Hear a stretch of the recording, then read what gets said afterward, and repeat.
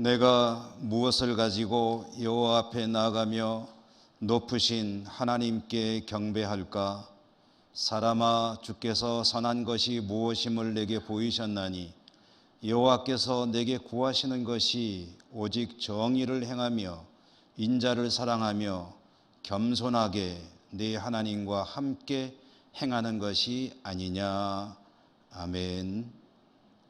은혜가 풍성하신 자비로우신 하나님, 지난 한 주간도 저희들을 눈동자와 같이 지켜주시고 오늘 사순절 첫 번째 주일에 예배 자리로 나올 수 있도록 인도하여 주심에 감사합니다. 오늘도 저희들은 사슴이 시냇물을 찾기에 갈급한 같이 사모하는 마음으로 하나님의 은혜를 고대하며 하나님 앞에 나왔습니다. 우리 예배를 기쁘게 받아주시고 이 자리에 큰 은혜 내려 주시옵소서. 예수님의 이름으로 기원하옵나이다. 아멘. 1장 찬송입니다.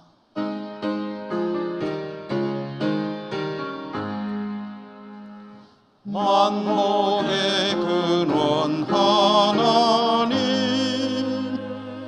온 백성 찬송 드리고 저 천사여 찬송하세. 찬송 성부 성자 성령 아멘.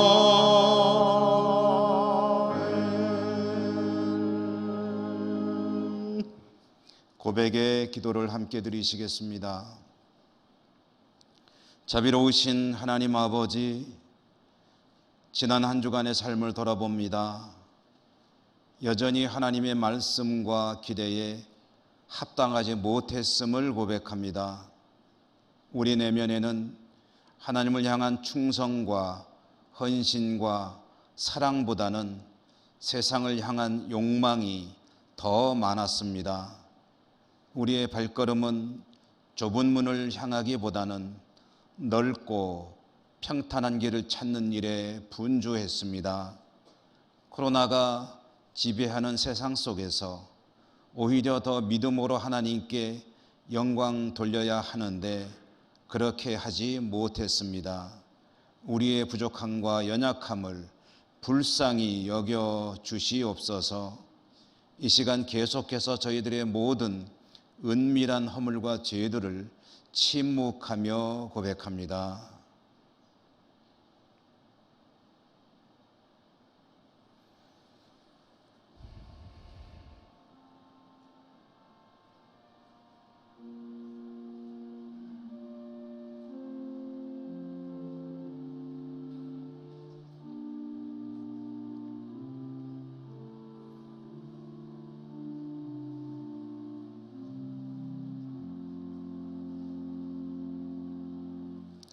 하나님의 사죄의 말씀입니다.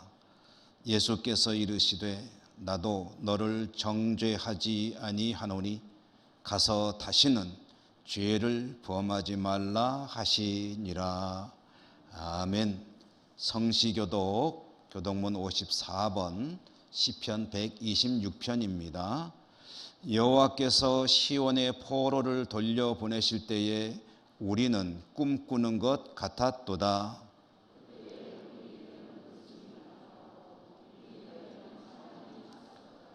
그때에 문나라 가운데에서 말하기를 여호와께서 그들을 위하여 큰 일을 행하셨다 하였도다.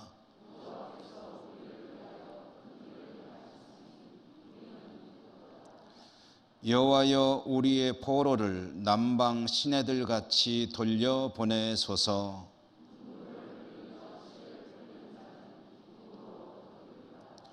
울며 씨를 뿌리러 나가는 자는 반드시 기쁨으로 그 곡식단을 가지고 돌아오리로다. 아멘. 사도신경 신앙고백합니다. 나는 전능하신 아버지 하나님 천지의 창조주를 믿습니다. 나는 그의 유일하신 아들 우리 주 예수 그리스도를 믿습니다.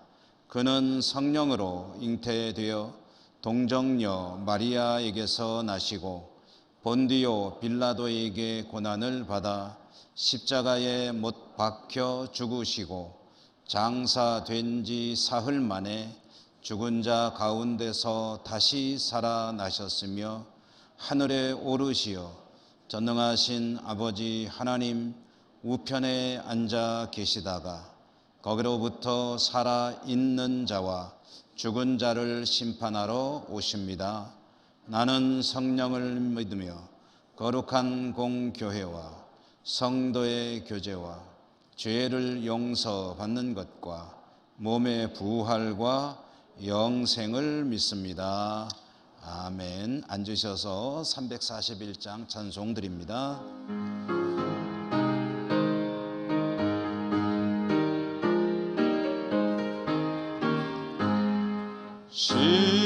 십자가를 내가 지고 주를 따라갑니다.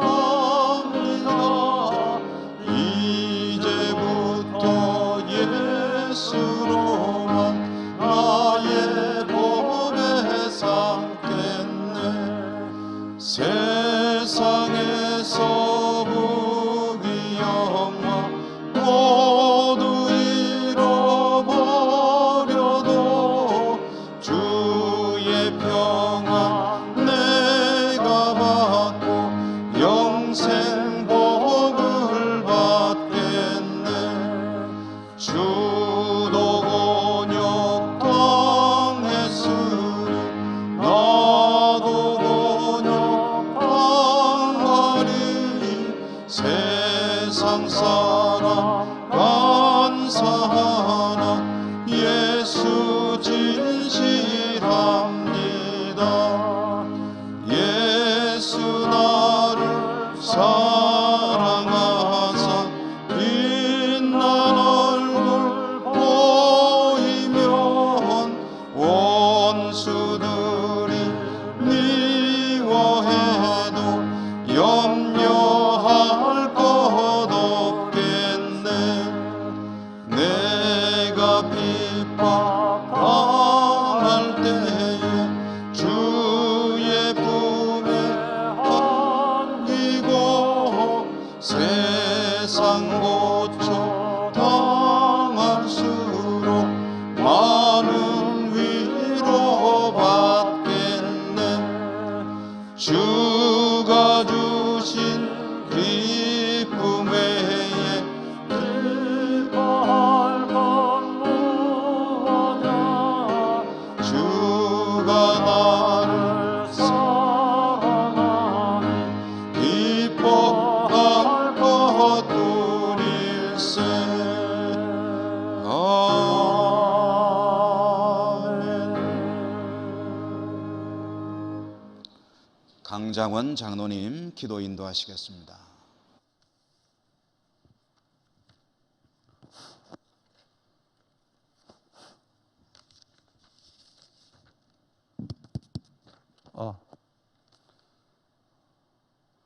사랑은 율법의 완성이라고 말씀하신 거룩하신 하나님 아버지, 40년 동안 이스라엘 백성들이 어려운 광야 생활을 할 때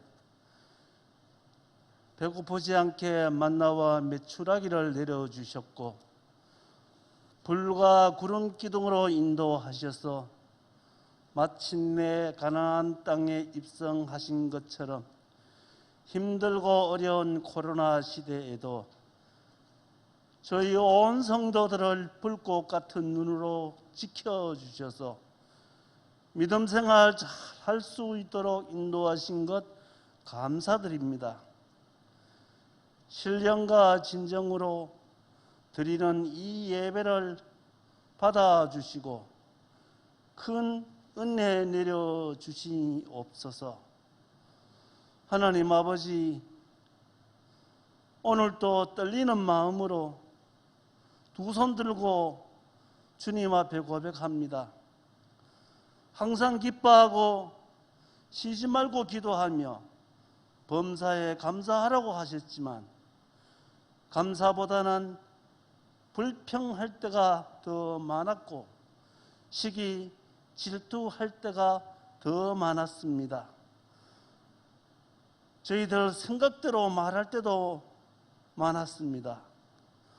아버지 하나님, 저희들이 알고 모르고 지은 모든 죄들을 깨끗이 씻어 용서하여 주시옵소서.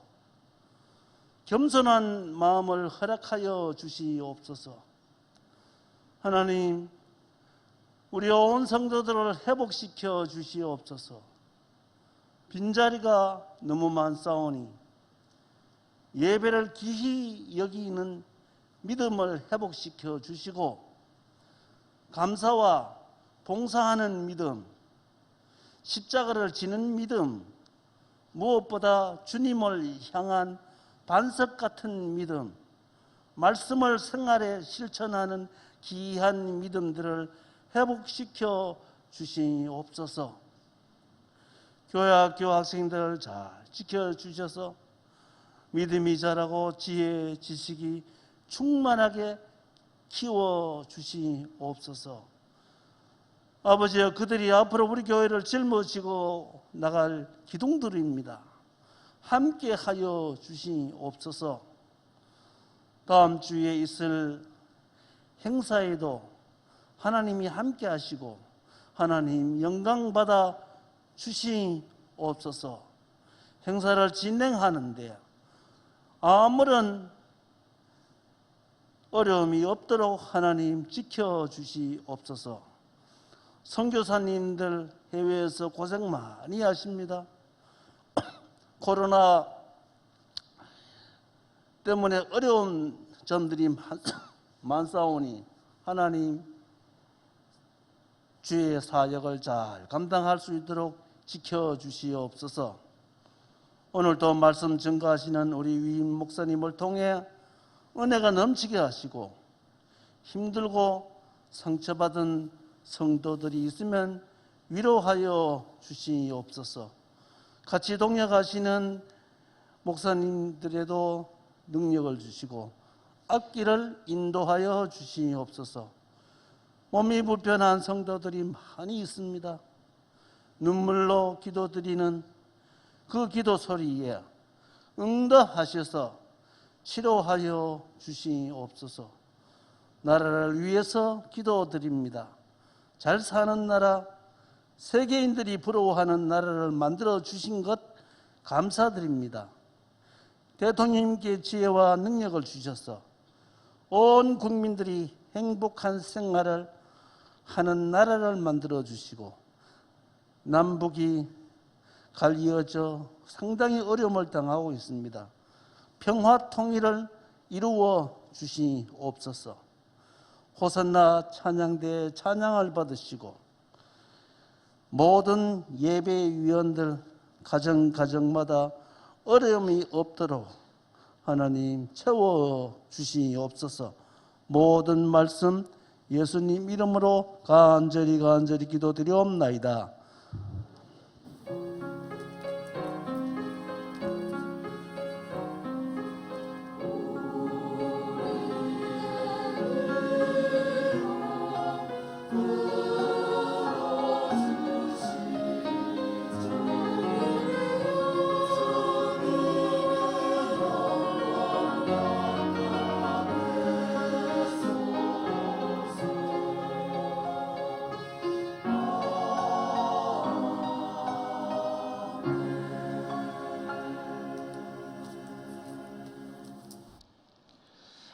오늘 하나님께서 주시는 말씀을 봉독하겠습니다.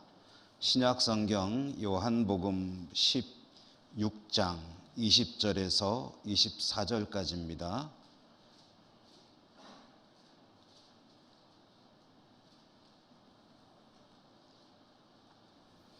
내가 진실로 너희에게 이르노니 너희는 곡하고 애통하겠으나 세상은 기뻐하리라.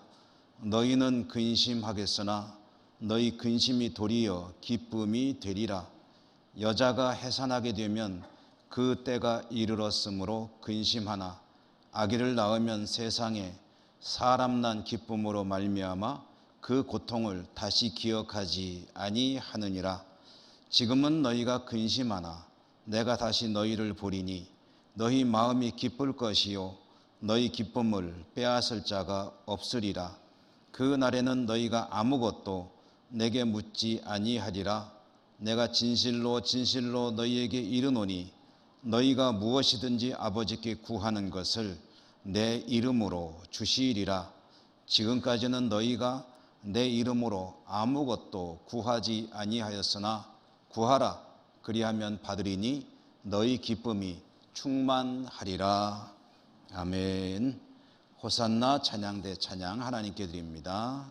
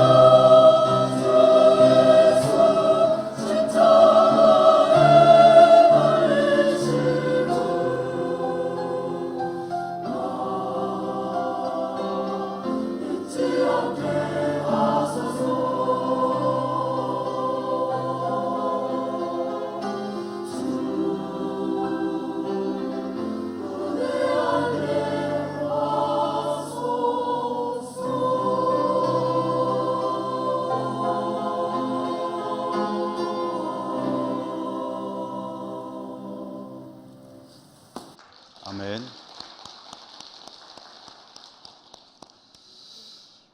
주님의 은혜와 평강을 기원합니다. 오늘 지금은 근심하나라는 제목으로 말씀을 전해드리겠습니다.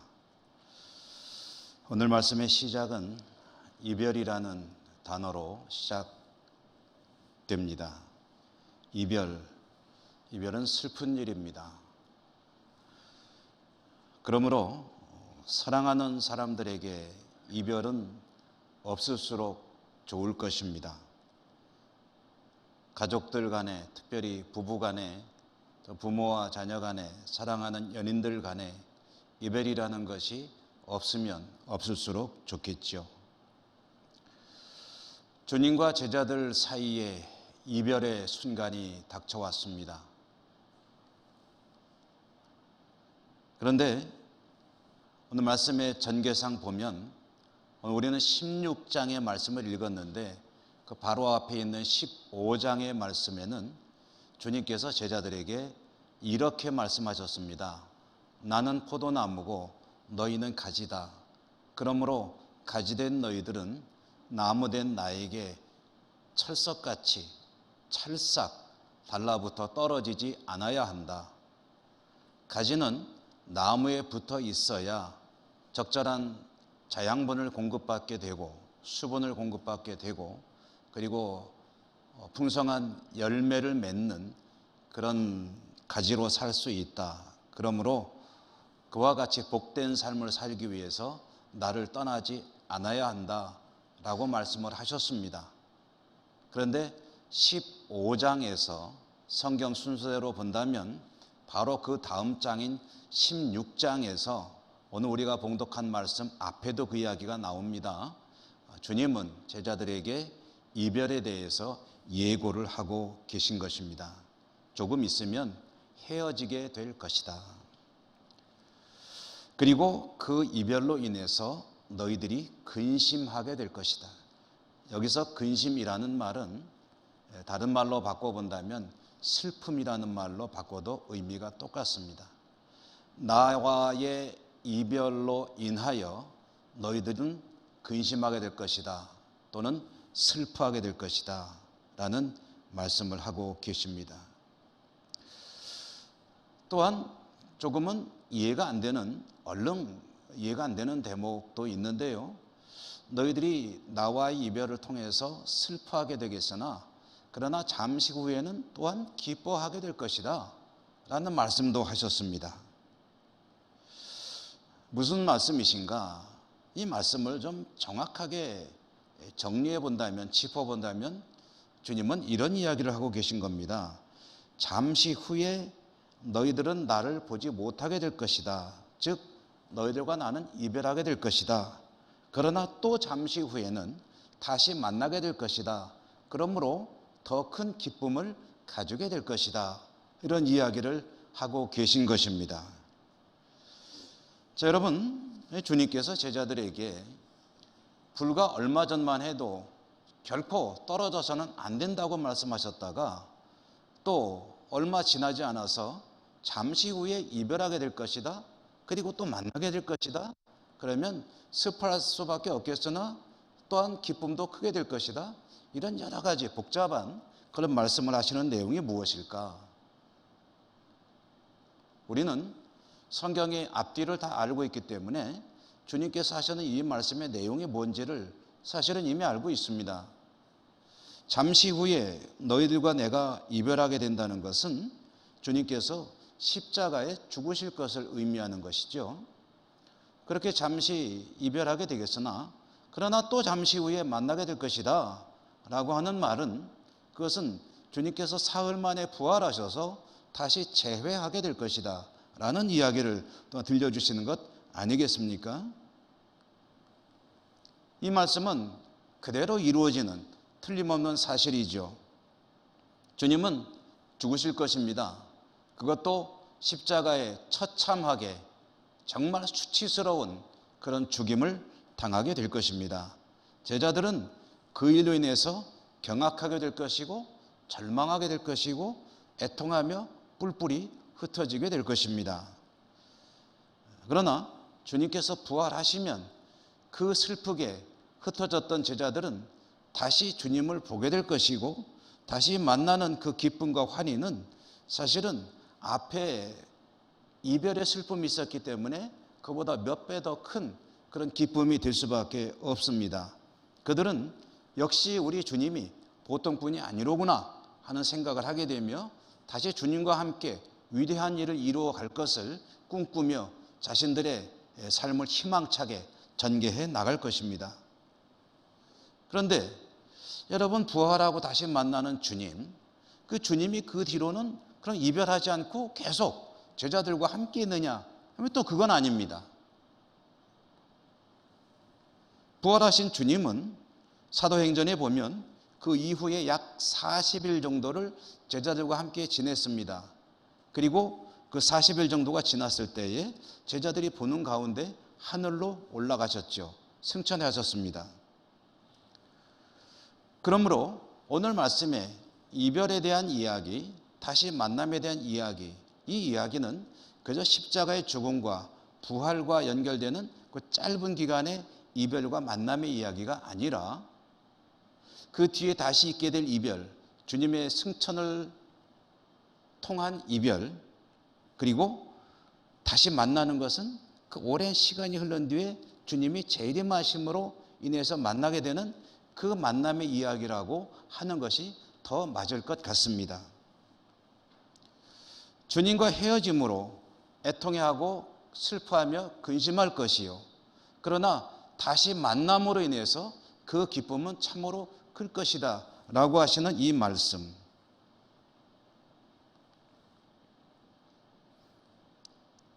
이별과 만남이 다시 반복되는 것에 대한 이 이야기에서 주님께서 사실 오늘 하시고자 하는 이야기의 핵심은 이별과 만남이 반복되는 그 이야기가 아니라 주님이 제자들을 떠날 것이라는 이야기를 들려주시는 것, 그것이 오늘 이 성경 말씀의 핵심이라고 할 수가 있겠습니다. 다른 말로 하면 이제는 내가 너희들 곁에 없다는 이야기를 하시는 거예요. 너희들의 눈에 내가 안 보이게 될 것이다. 지금까지 제자들은 주님을 만나고 주님을 따르면서 공생애를 함께하면서 눈앞에 계시는 주님을 보고 믿으며 따르며 의지해 왔습니다. 그러나 이제 어떤 상황이 있게 되느냐, 얼마 후면 주님은 그들 앞에서 떠나가십니다. 눈으로 보고 싶어도 볼 수 없는 그런 상황이 되게 됩니다. 이것은 그들에게는 슬픔이고 두려움입니다. 어쩌면 절망이라고 해도 되겠습니다. 믿고 의지해 왔고 앞으로도 철석같이 믿고 살고 싶은 그분, 스승님이고 메시아이시고 주님이신 그분이 자기들을 떠난다고 말씀하실 때 제자들의 그 슬픔과 근심 걱정은 이루 말할 수가 없는 것이죠. 절대적인 의지의 대상인 주님이 이제는 우리 곁에 계시지 않는다. 우리 눈에 보이지 않는다.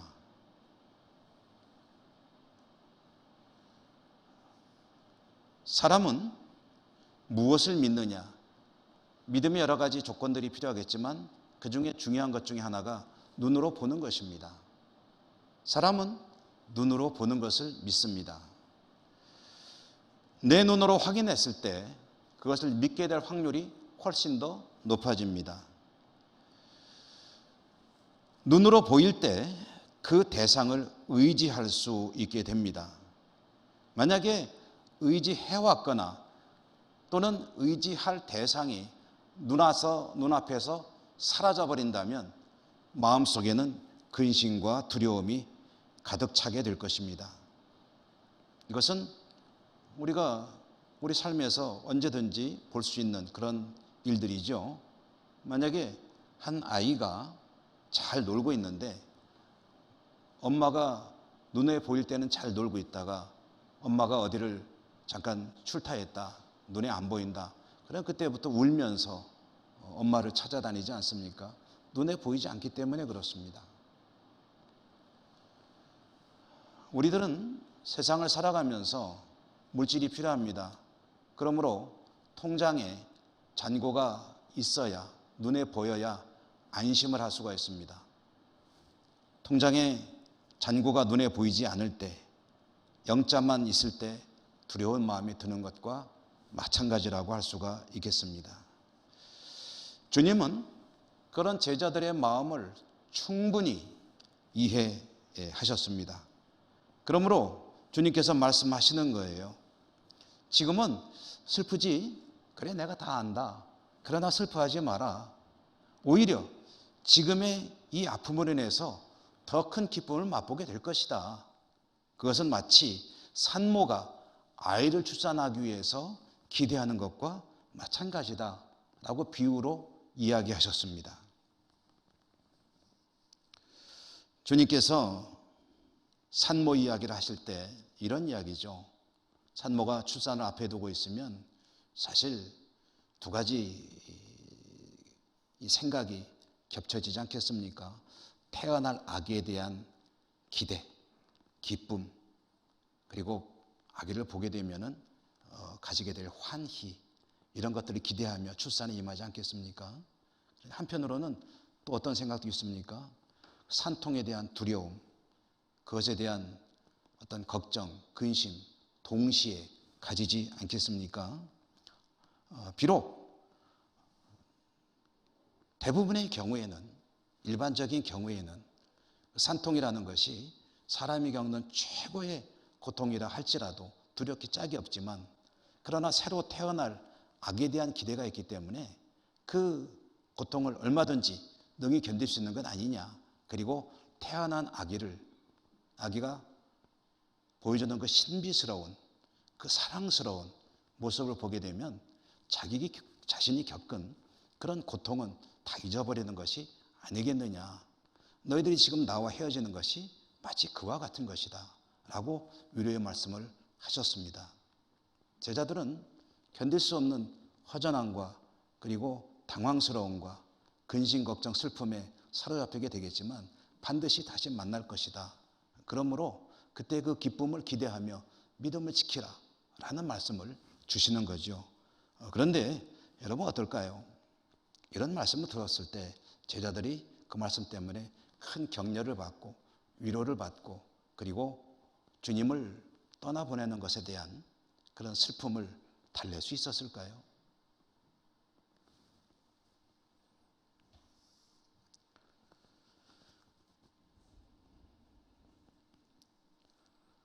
이 이야기가 제자들의 그 주님과 이별로 갖게 되는 그 모든 아픔들을 달래기에는 충분하지 않았을 것입니다. 아니, 많이 부족했을 것입니다. 주님은 제자들의 그 아픔을 달래기 위해서 성령님이 오실 것이라는 말씀도 하셨습니다. 내가 가지만 또 다른 보혜사, 너희를 돕고 그리고 은혜를 주실 은혜사, 보혜사, 성령께서 오신다 라고 말씀하셨지만 제자들의 입장에서는 성령님에 대해서 모릅니다.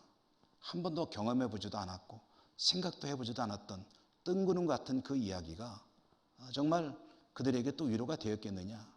그렇지 않았던 것 같습니다. 성경의 전개를 보면은 여전히 제자들은 두려움과 근심 가운데 있었는데요.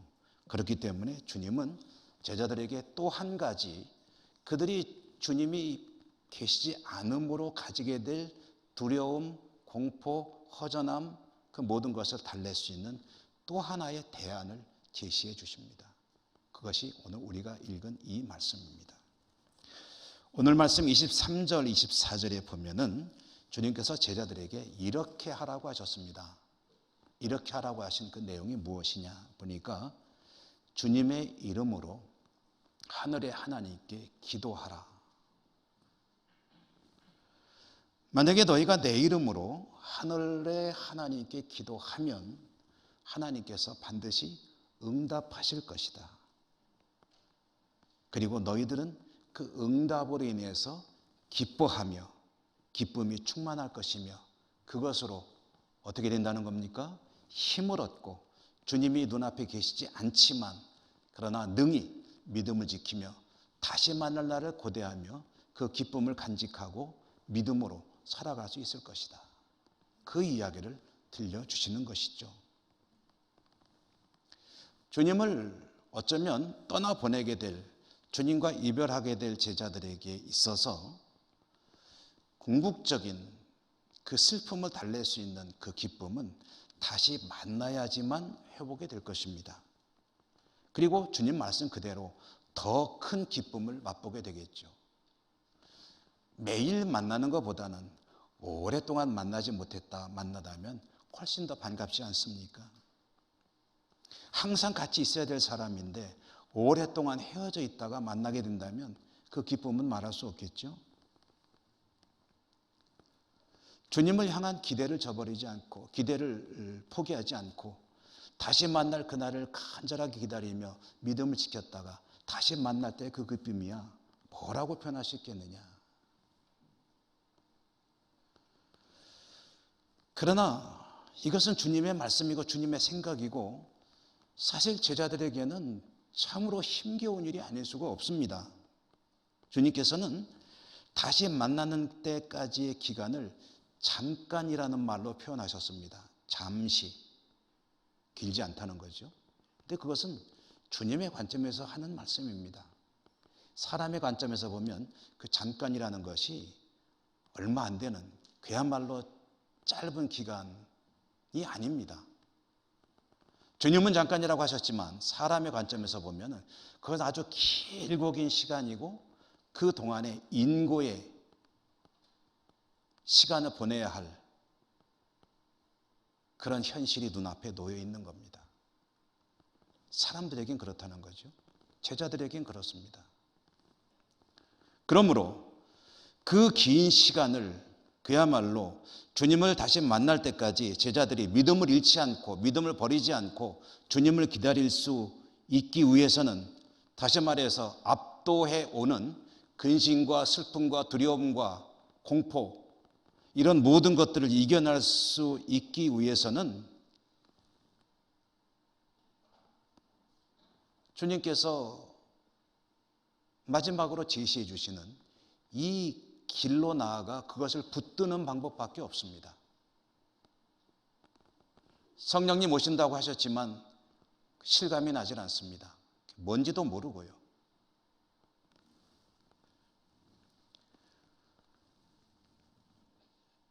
항상 같이 계시며 든든한 그런 인도자요 선생님이요 보호자요 메시아이셨던 주님이 떠남으로 인한 그 슬픔과 빈자리 그것을 극복할 수 있는 유일한 길은 주님께서 주시는 그 약속을 믿고 주님의 약속의 내용인 기도에 힘쓰고 그 기도를 통해서 하나님의 응답을 받을 때 그 응답을 통해서 얻는 기쁨을 가지고 이겨나갈 수밖에 없는 것이다.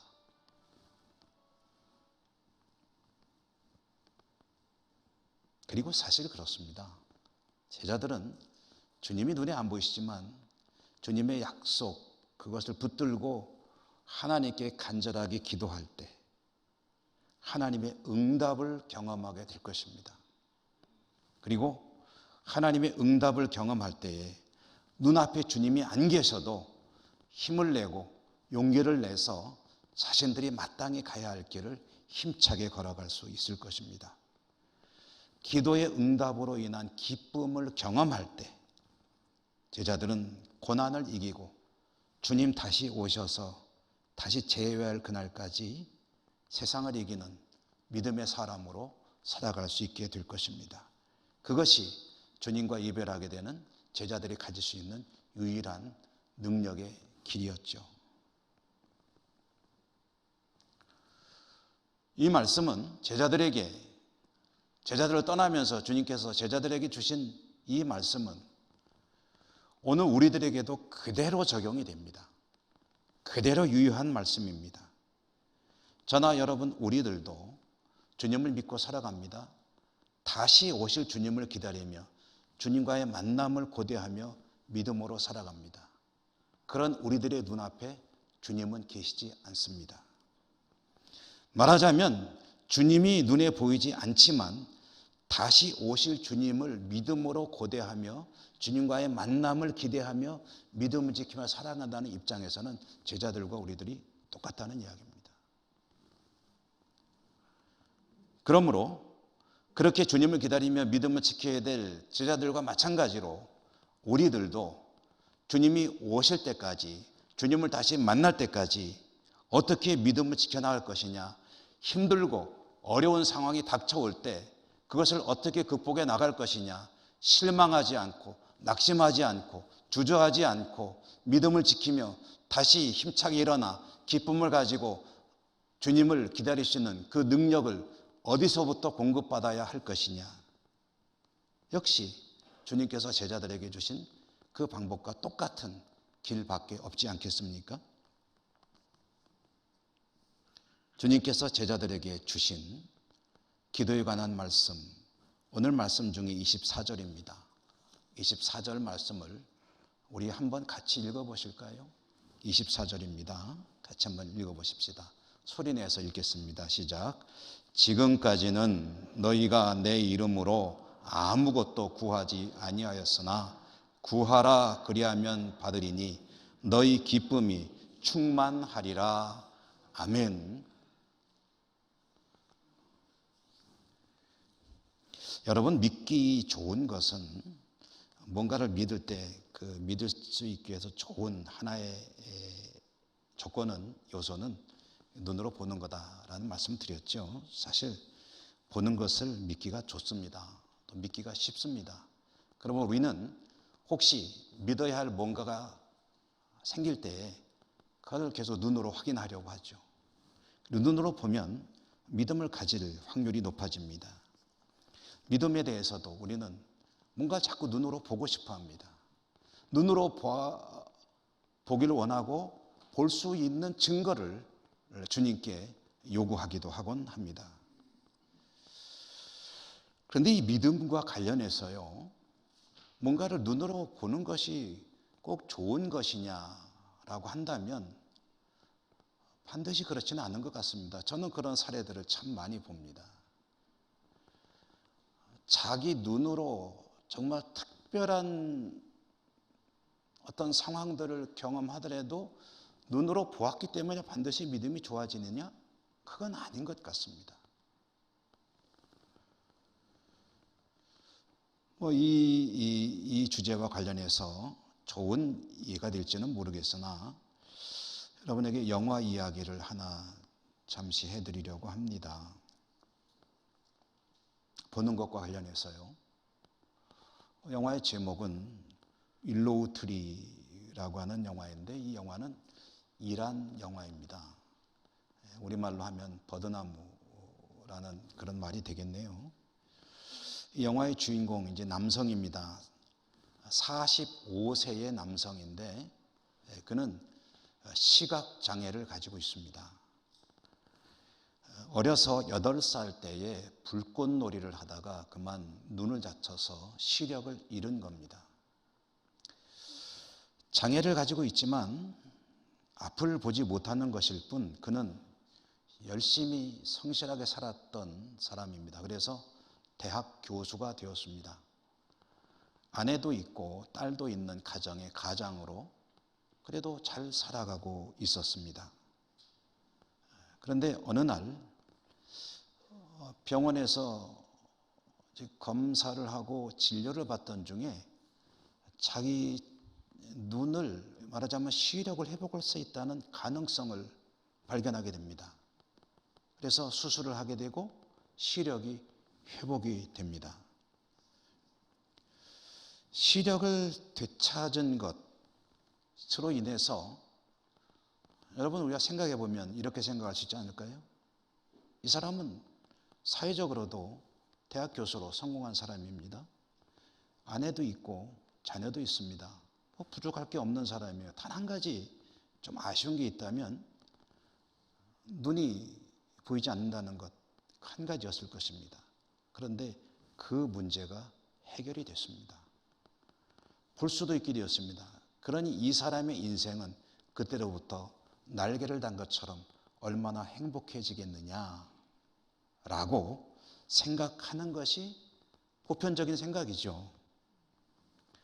실제로 영화 속에서 이 사람에게 어떤 일이 벌어지느냐 하면은 눈을 뜨게 되어서 보게 되었을 때 그때 자신의 삶에 대해서 아쉬운 생각이 자꾸 들기 시작합니다.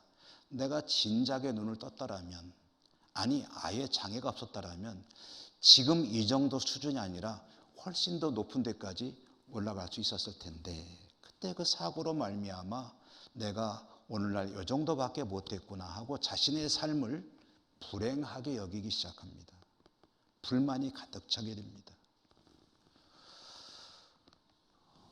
눈으로 보지 못하였을 때는요, 아내에 대해서 너무 고마운 마음과 사랑하는 마음을 가지고 살았습니다. 나같이 장애를 가진 사람에게 시집을 오고 그리고 부부가 되어 살 수 있었던 내 아내는 정말 천사 같은, 정말 아름다운 여성이라고 생각하고 살았는데, 눈을 뜨고 보니까 그저 평범하게 짝이 없는, 자기 성에 안 차는 그런 여성, 중년 여성에 불과합니다.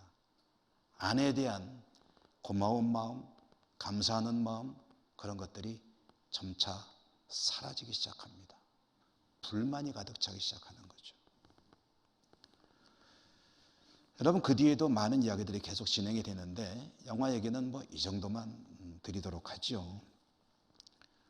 그러면서 이 영화가 질문하는 게 있습니다. 관객들에게. 뭐냐? 행복의 조건이 무엇이냐? 이 사람은 자기에게 가장 부족하다고 여겼던 것이 해결이 되는데 그것은 보지 못하는 것을 보게 된 것이었습니다. 근데 그것이 과연 이 사람에게 좋은 일이었을까? 차라리 눈으로 보이진 않더라도 자기가 생각하고 믿고 있는 바에 따라서 그대로 열심히 살았더라면 훨씬 더 행복하지 않았겠느냐.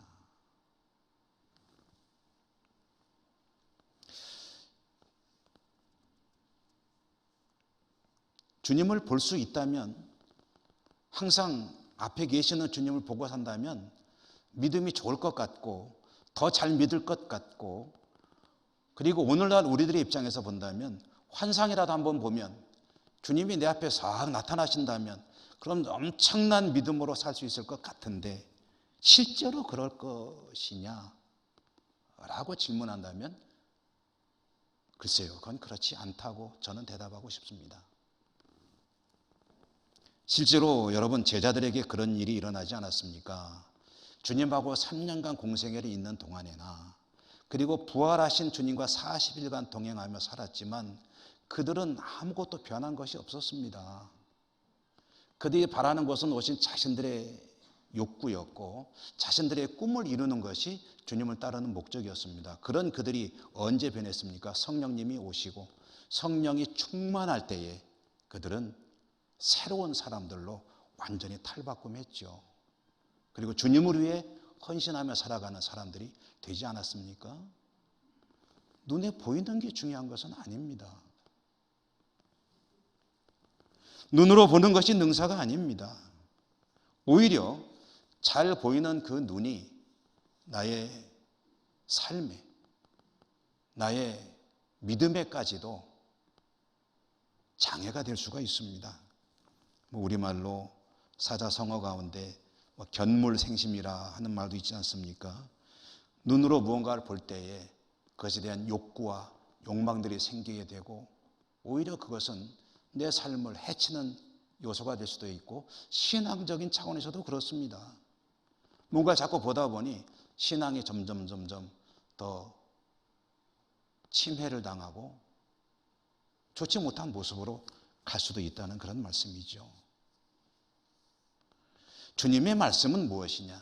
나는 눈에 보이지 않겠지만 이제부터 너희들이 눈에 보이지 않는 나로 인하여 실망하거나 절망하거나 근심 낙심하지 않고 그 용기를 잃지 않고 믿음을 잃지 않고 다시 만날 그날을 고대하며 큰 기쁨을 맞이할 수 있기 위해서 꼭 필요한 것이 있다. 무엇이냐? 보는 것 대신 들으라입니다. 들으라. 말씀을 들으라. 눈이 아니라 귀입니다. 내가 너에게 주는 이 약속의 말씀을 잘 기억하고 힘들고 어렵고 도움이 필요할 때마다 하늘의 아버지께 내 이름으로 기도해라.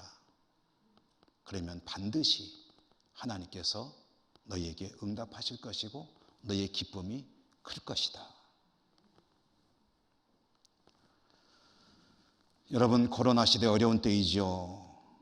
어려운 시대를 살수록 우리들은 때로는 주님께서 뭔가 좀 확실하게 보여주는 것이 있었으면 좋겠다라는 그런 기대를 하죠. 그것이 잘못되거나 틀린 것은 아닙니다. 그런데 주님은 그런 것에 앞서서 우리가 힘써야 할 것을 오늘 말씀을 통해서 들려주시는 겁니다. 보는 것, 확실한 증거를 원하는 것, 그것도 필요할 수는 있겠으나 그보다 더 중요한 것이 있으니 주님 주시는 약속의 말씀을 붙들고 하늘의 하나님께 내 이름으로 기도해라. 그리고 하나님의 응답을 경험해라. 그것이 기쁨을 얻게 할 것이고 그것이 능력이 되어 시대를 이기는 성도로 살아가게 할 것이다. 사순절이 되었습니다. 주님을 깊이 묵상하며 경건과 절제에 힘쓰는 시기죠. 여러분, 오늘 말씀이 여러분에게 능력이 되기를 간절히 소망합니다. 어려움을 이기는 능력은 눈으로 뭔가를 보는 것이 있는 게 아니라 주님의 말씀에 집중하여 말씀 붙들고 기도하고 하나님의 응답을 받는 가운데 능력 있는 성도로 살 수 있게 되고 그 능력이 세상을 이기는 힘이 될 것입니다. 여러분에게 그 은혜가 풍성하기를 주님 이름으로 축원합니다. 은혜로우신 하나님 감사합니다. 오늘도 말씀 주셨사오매 들었습니다. 하나님 앞에 말씀에 근거하여 믿음으로 기도하고 하나님의 역사를 체험하며 승리하는 저희 모두가 되게 하여 주옵소서. 예수님 이름으로 감사하고 기도드립니다. 아멘. 찬송가 342장 하시며 봉헌하시겠습니다.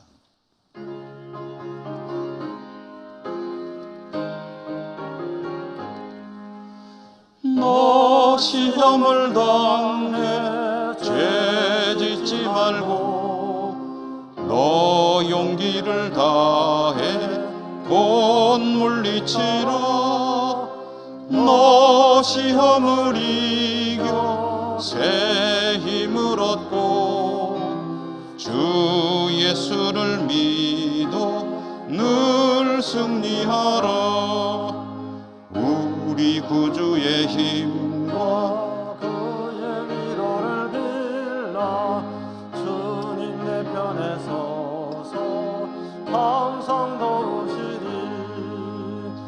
내 친구를 삼가 잘 선택하고 너 언행을 삼가 늘 조심하라.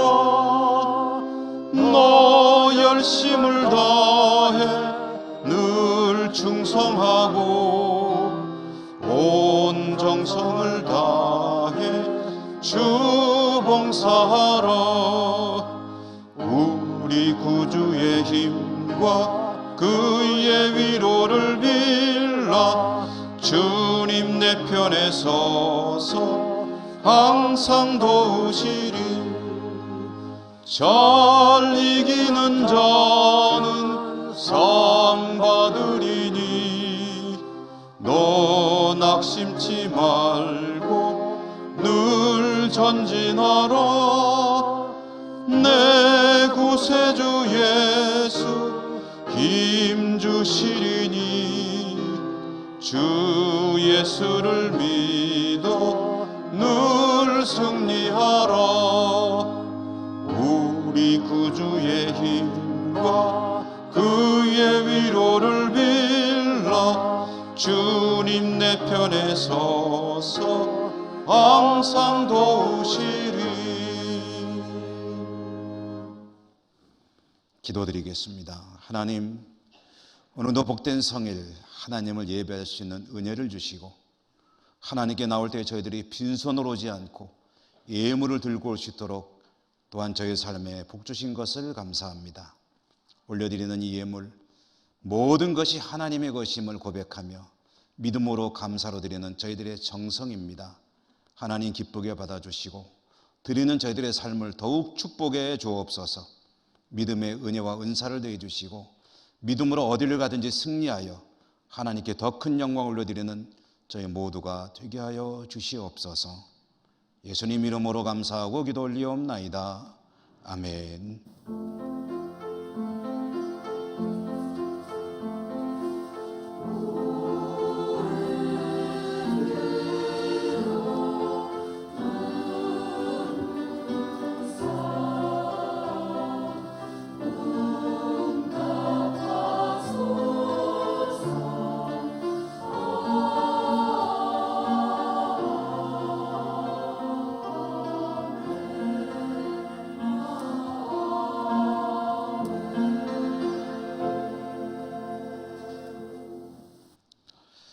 교회 소식 전해드리기 전에 오늘 2부 예배에 우리 교회 새 가족으로 등록하신 분들이 계셔서 잠시 환영하고 소개하고 그리고 교회 소식을 전해드리겠습니다. 우리 안두식 장로님께서 네 분의 새 가족을 한 가족이라고 메모가 되어 있네요. 모시고 오셨는데요. 김만기 성도님, 정연숙 성도님, 그리고 김삼능 성도님, 이혜수 성도님 이렇게 네 분의 가족이시고요. 그리고 그 다음에는 이제 스스로 오셔서 등록하셨네요. 김삼일 성도님, 도청 쪽에 살고 계시고 또 정영숙 권사님이시네요. 코하루 아파트 사시는 걸로 되어 있는데 두 분이 또 우리 교회 새 가족으로 등록을 하셨습니다. 6분이신데 한번 좀 일어나 주시면은 저희가 축복하는 찬양을 하고 박수로 맞이하도록 하겠습니다.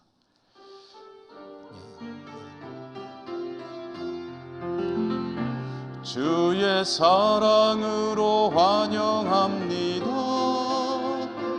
주의 사랑으로 환영합니다. 형제 안에서 주의 영광을 보내 주의 사랑으로 환영합니다.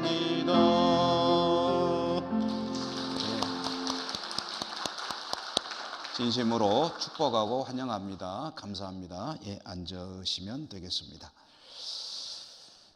교회 소식 전해드립니다. 오늘이 이제 교회 달력상으로 사순절 첫째 주일입니다. 사순절 기간에는 여러분 계속 들어오셨죠. 경건과 절제 힘쓰는 기간으로 삼으시기 바랍니다 라고 말씀드렸는데요. 그렇게 힘쓰시기를 바라고요. 다음 주일이 당연히 사순절 둘째 주일인데 또한 우리 교회로서는 창립 110주년 기념주일입니다. 그러니까 110번째 생일을 맞이합니다. 그래서 여러 가지 행사들이 있습니다. 오후 찬양 예배 시에 창립 110주년 기념 예배와 우리 권종대 장로님의 원로 장로 추대 예식과 또 네 분의 피택된 장로님들의 임직 예식이 있습니다. 이런 행사는 사실은 좀 많은 분들을 초청해서 성황리에 해야 되는데 지금 상황이 이래서 우리 노회내의 교회들에게 저희가 안내를 해드릴 때는 이 행사는 우리 교회의 성도들과 가족들 중심으로 예배를 하게 될 것이니 기도해 주시기 바랍니다. 오시지 말란 얘기를 좀 완곡하게 표현한 거죠. 그렇게 했는데 우리 교우들하고 이제 또 우리 가족들은 오셔서 이제 예배를 드리게 되겠죠. 혹시 오시는 분들이나 여러분들의 편의를 고려해서 평상시 2시 예배를 3시로 1시간 미루었습니다. 그래서 우리 교우들께서 참석하실 때 착오 없으시기 바라겠습니다. 이외에도 110주년을 기념해서 또 사진 전시라든가 이런 행사들이 준비가 되고 있습니다. 확정되는 대로 여러분에게 안내 말씀을 드리겠습니다. 오늘 예천 시차례가 내일 모레 화요일 날 오전 10시에 감천교회에서 있게 되겠고요. 오늘 오후 찬양 예배 시에는 대학 입학하는 우리 아이들에게 입학 축하금을 전달하는 순서가 있게 되겠습니다. 그러므로 아이들이 올 수 있으면 좋겠고요. 혹시 못 오시면 부모님 오셔도 되고 그렇게 해서 전달할 수 있도록 준비해 주시면 고맙겠습니다. 관리 집사님 직원 채용을 계속하고 있는데 아직 안 됐는데 아무튼 기도하며 계속해서 준비하고 있습니다. 저는 오늘 오후에는 봉화 석포교회 여전도의 헌신예배 설교를 부탁받고 예배 끝나자마자 바로 가야 될 것 같습니다. 좀 멀기 때문에 여러분들이 그렇게 양해해 주시면 고맙겠습니다. 우리 곁에 계신 분들하고 축복의 말씀으로 인사하시며 일어나겠습니다. 사랑합니다. 강건하시고 승리하십시오.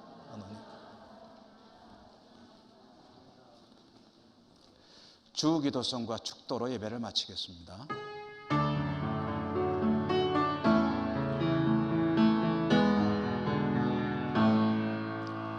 하늘에 계신 아버지 이름 거룩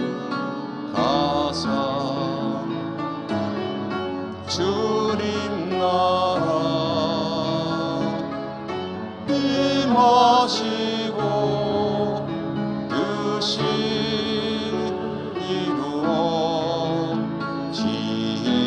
이루어지이다.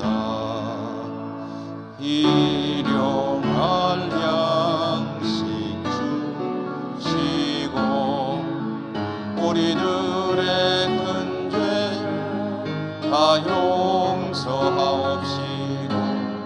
또 시험에 들게 마시고 악에서 구원하소서. 내게 주의 나라 주의 권세 주의 영광